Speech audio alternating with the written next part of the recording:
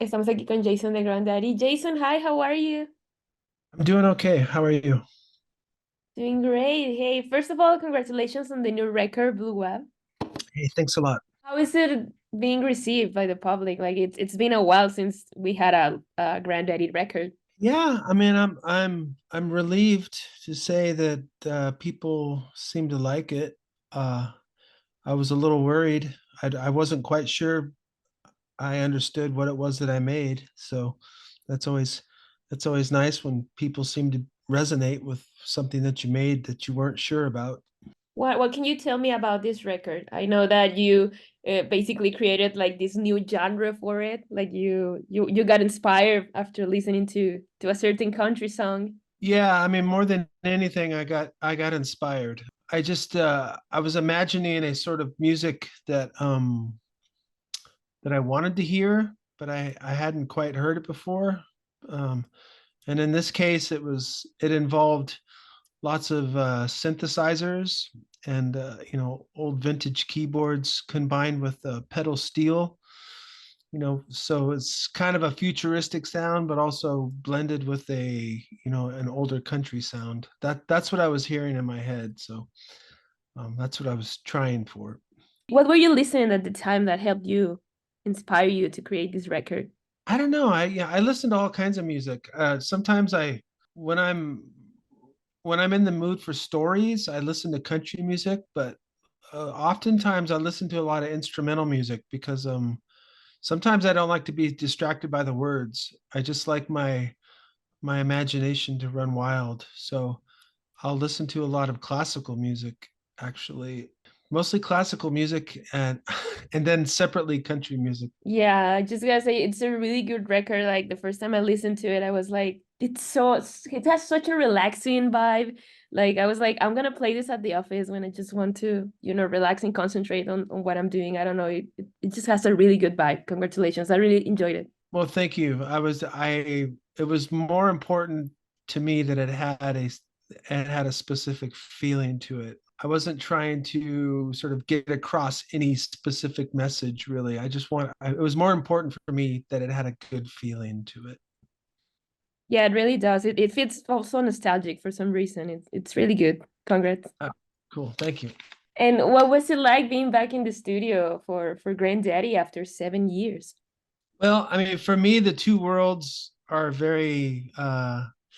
I don't have to go too far because my studio is basically in my bedroom at home. Yeah.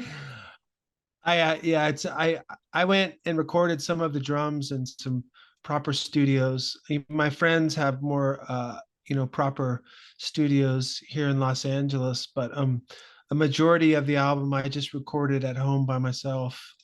So it was a pretty lonely endeavor, or not lonely, but lonesome. Yeah. Lonely in a good way. Yeah, of course. And do you have any favorite on the record? Um, there's a song called "On a Train or Bus" that turned out um better than I expected, and that one I think really has a good feeling to it. I wish I wish you could just decide um when you really want to turn up the feeling in a recording, but sometimes it's a bit of a mystery. Yeah, but that one I think I really tapped into something.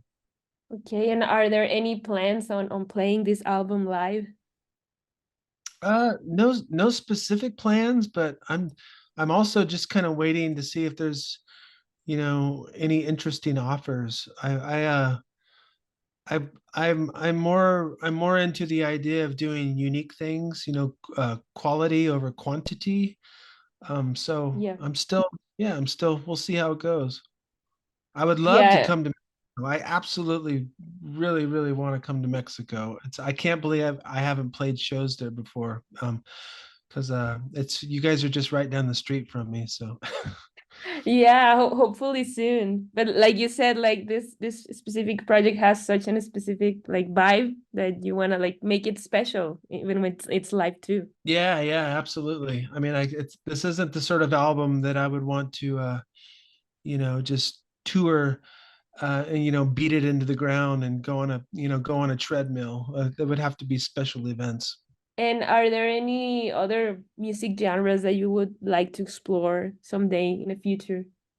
I don't know. I feel like with the more typical sounding Grandaddy albums, there's a lot of stuff there that exists already. So I feel like the next album I end up working on is might end up sounding a little bit more traditional Grandaddy, but then I also like not having anybody tell me rules and tell me how it is that I'm supposed to do something. So I'm just gonna go with my gut feeling. Yeah, of course. Like it's always like the way to create art in the end. Yeah, like I think at the root of it, at the bottom of it, I'm still kind of a punk rocker at heart. I just don't want to be told what to do. Yeah, of course. And what can we expect from Granddaddy in the future now that you're back?